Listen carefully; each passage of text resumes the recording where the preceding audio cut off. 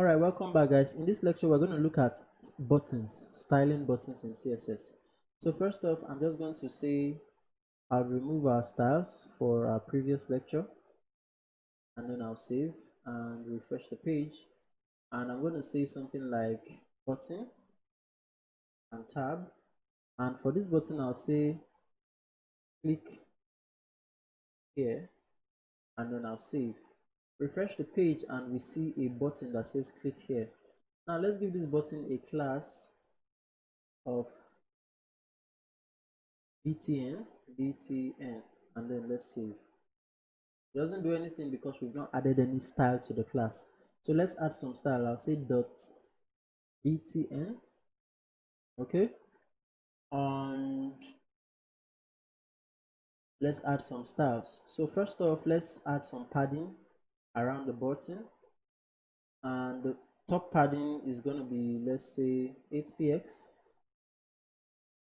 and the left and right would be, let's say, 14px. And then let's save and refresh the page to see what we've done. Okay, so the button is coming out a little. I'll zoom on my page so we can see it clearly. So the button is coming out, right? Next, I am going to say I'm going to give this button a background color of green. Okay, so let's just see this and save and refresh. Okay, I think I'm just going to change it a little to something else. Okay, so this is fine. So, but then the notation has changed to RGB. So I'll save this and refresh the page. Okay, so we have this color. Now I'm going to say border, and I'll say the border should be 1px and should be solid. But then I don't actually want the border. I'll say it should be transparent. So I'll refresh, I'll save and refresh, and as you can see, the border is gone. But before then, I'll say I want the color of the button to be white. That's the color of the text on the button. Of course, that becomes white, and then I want the font size to be a bit bigger. So I'll say font hyphen size, and let's just do 18px. So 18px, and then save. Okay. So let's say, what else are we going to do? Let's refresh the page. Good. So 18px.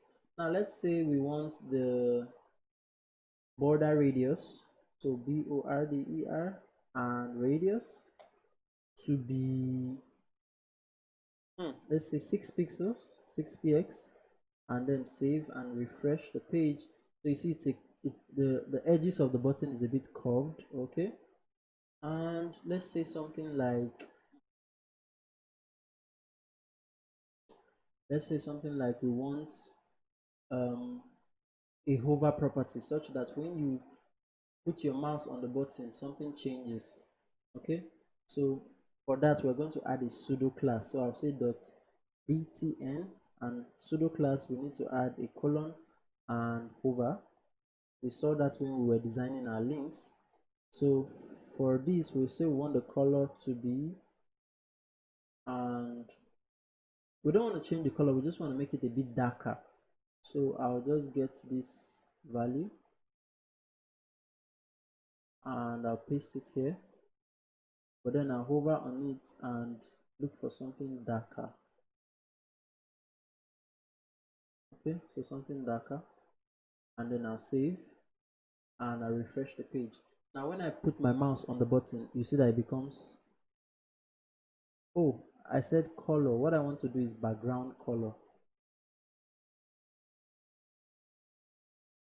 hyphen color, and then I'll save and refresh.